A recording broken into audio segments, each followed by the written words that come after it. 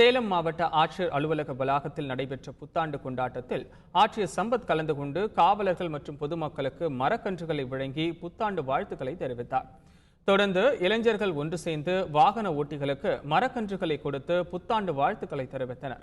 புது வருடத்தில் 5 லட்சம் மரக்கன்றுகளை நட வேண்டும் என்பதே தங்களது குறிக்கோள் என்றும் இளைஞர்கள் தெரிவித்தனர். எல்லாருமே பார்த்தீங்கன்னா ஹோட்டல்ஸு இந்த மாதிரி எல்லாம் எல்லாமே கொண்டாடுவாங்க நியூ இயர்ஸை. நாங்கள் பார்த்தீங்கன்னா எங்கள் கிளப் சார்பாக பொதுமக்களுக்கு யூஸ்ஃபுல்லாக இருக்கணும் அப்படிங்கிறதுக்காக மரக்கன்று கொடுத்து கொண்டாடணும் அப்படிங்கிறது தான் எங்களோட நோக்கம். இப்போ பப்ளிக் எல்லாத்துக்குமே மரக்கன்று கொடுத்துட்ருக்கோம். எங்கள் கிளப் சார்பாக இந்த இயரில் ஒரு 5 லட்சம் மரமாவது நாங்கள் கொடுக்கணும், நடணும் அப்படிங்கிறது தான் எங்களோட ஆசை. எங்கள் கிளப் சார்பாக இது வந்து எங்களோட குறிக்கோளாக இருக்குது.